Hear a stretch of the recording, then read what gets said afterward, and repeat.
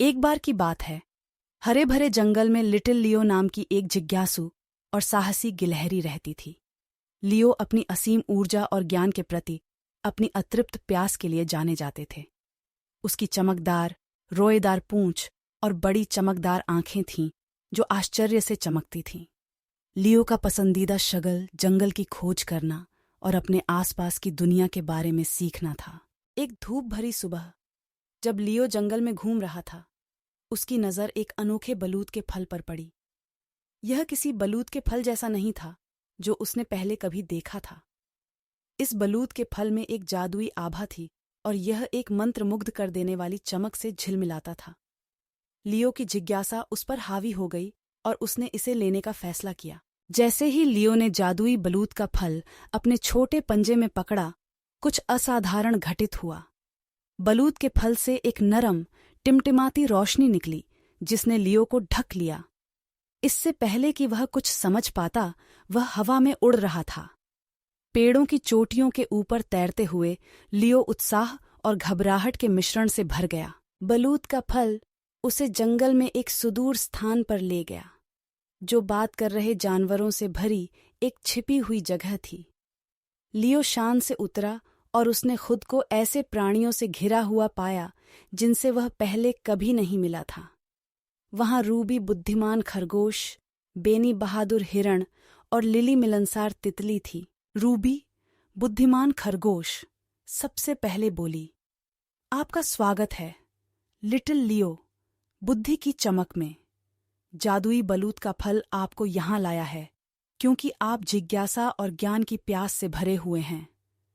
यहाँ आप मूल्यवान सबक सीखेंगे जो आपके साहसिक कार्य को आकार देंगे। आत्मा। लियो रोमांचित था, लेकिन थोड़ा घबराया हुआ भी था। वह इस अविश्वसनीय अवसर का अधिकतम लाभ उठाना चाहता था। तो उसने ध्यान से सुना। रूबी, बेनी और लिली ने अपनी कहानियां और अपने साहसिक कार्यों में सीखे गए सबक साझा किए।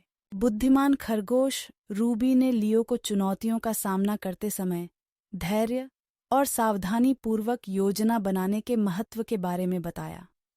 बेनी बहादुर हिरण साहस की कहानियां साझा कीं और बताया कि कैसे कभी-कभी डरना ठीक है जब तक आप दृढ़ता के साथ अपने डर का सामना करते हैं। लिली, मिलनसार बटरफ्लाई ने नए दोस्त बनाने की खुशी और दयालुता के महत्व के बारे में बात की।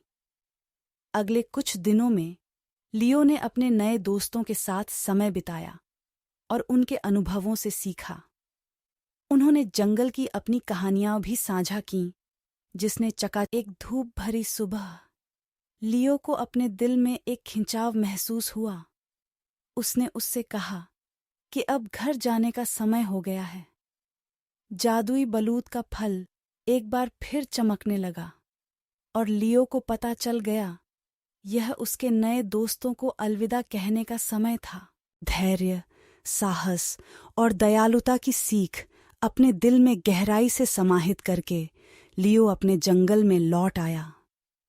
वह जानता था कि वह ऐसा करेगा बुद्धि की चमक का ज्ञान हमेशा अपने साथ रखें और उनके साहसिक कार्य अब और भी अधिक सार्थक होंगे।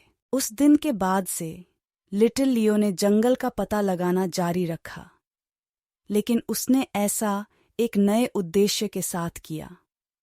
उसने अपने साथी जानवरों की मदद की, नए दोस्त बनाए और रूबी, बेनी और लिली से सीखे गए मूल्यवान सबक साझा की। और इस प्रकार लिटिल लियो, साहसी गिलहरी, न केवल अपनी असीम ऊर्जा के लिए बल्कि अपनी असीम बुद्धि और दयालुता के लिए भी जानी जाने लगी। जंगल को वहां रहने वाले सभी लोगों के लिए एक बेहतर जगह बनाना। समाप्त। कहानी का सार: जिज्ञासा, धैर्य, साहस और दयालुता मूल्यवान गुण हैं जो सार्थक रोमांच और दोस्ती की ओर ले जा सकते हैं।